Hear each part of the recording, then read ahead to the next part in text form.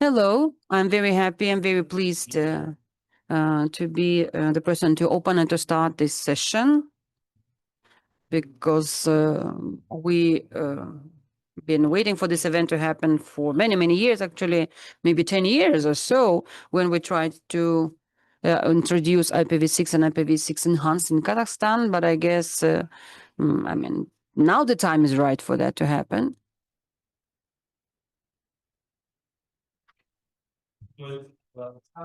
So the first thing that I want to mention is that the national development strategy for AI development in Kazakhstan should be the primary one, because without new IP rerouting, without the networks of the future, you cannot really implement this AI strategy.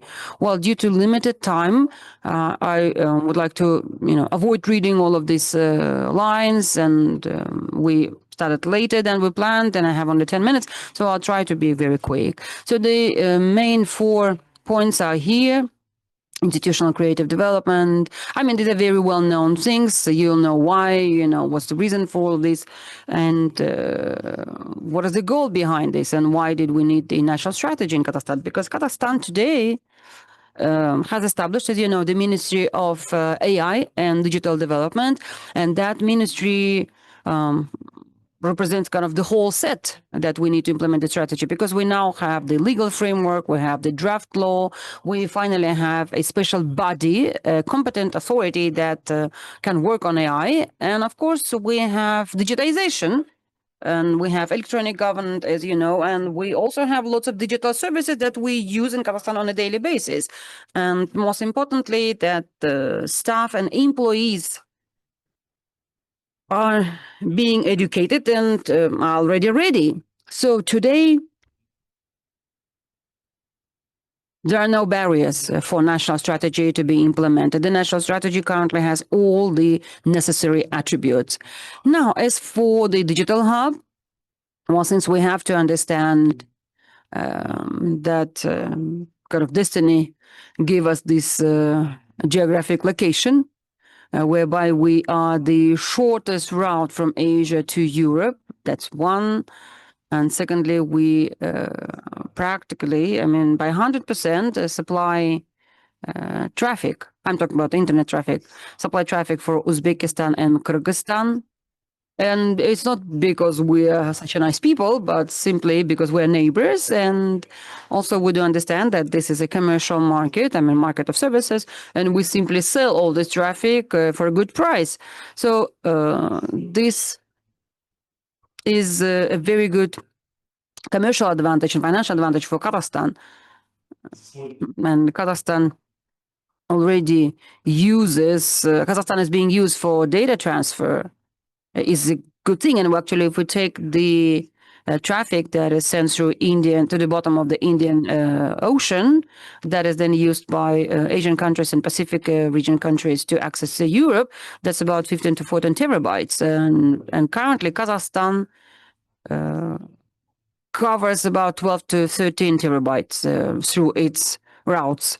With the launch of our Caspian Sea digital hubs, Kazakhstan will give an opportunity to the whole Asia to use a wider, faster, and shorter channel of connection between the Chinese data centers and calculation centers and European centers and Asian centers as a whole. So when it comes to IPv6 enhanced, we must understand that IPv6 enhanced and AI radically, drastically change the reality. It is transformative, and then transform the flows of data transmission.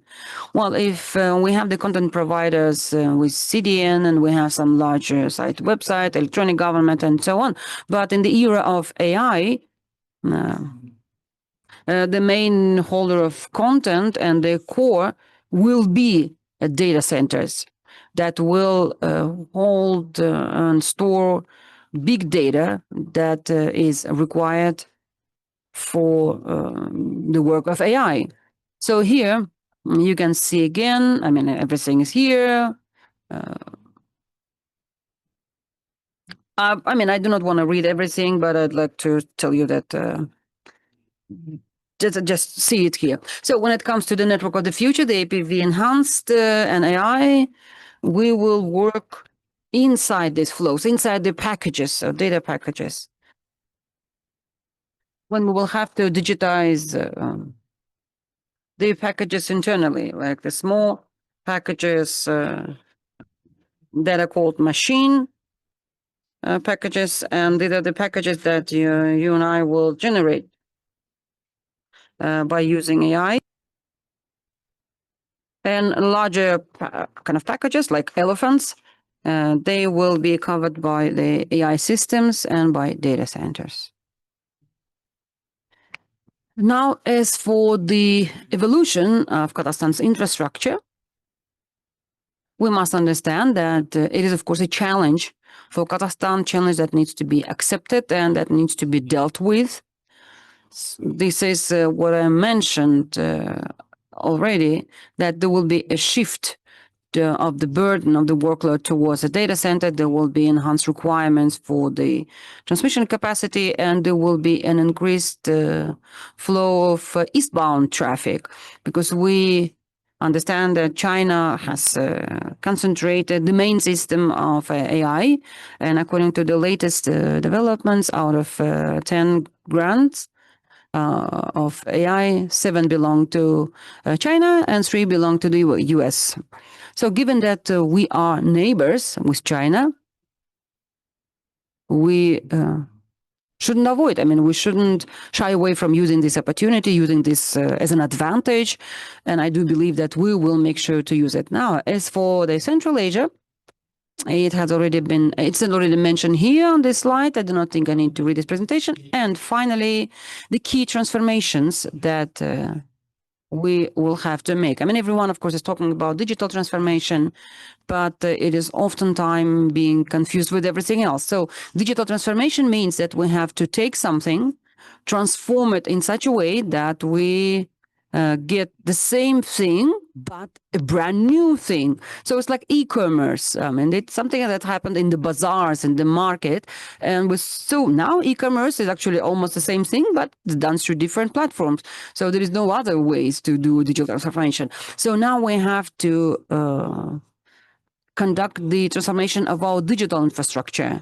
When we take our infrastructure and transform it in such a way that we ultimately get the absolutely brand new networks of the future. So you can see here that you cannot, I mean, you can't really implement smart cities or smart routes without the networks of the future. This is what we have done this year. We first signed a memorandum in May, and in August we became the members of NIDA. It's an alliance of Chinese companies and organizations who work to develop new technical standards and technical standards-related policies and protocols. We must understand that we need new policies, new regulations, new requirements, and of course new documents that will support the networks of the future.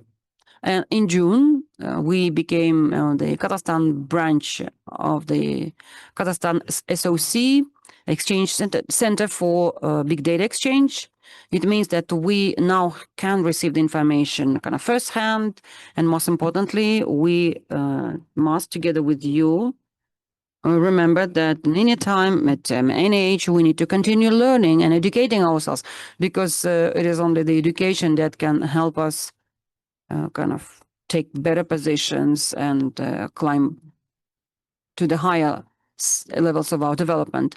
And then we have prepared a joint document together with NIDA. That's a network of megapolises in AI era, which describes the technical requirements, which describes the network architecture. It tells us why it's done, why it is needed, and what kind of peculiarities we have in applying this new architecture for Central Asia and Kazakhstan. So I'll try to be very quick, very concise, and I apologize for the for being very fast, and I apologize to the interpreters if I was a little bit chaotic. Thank you.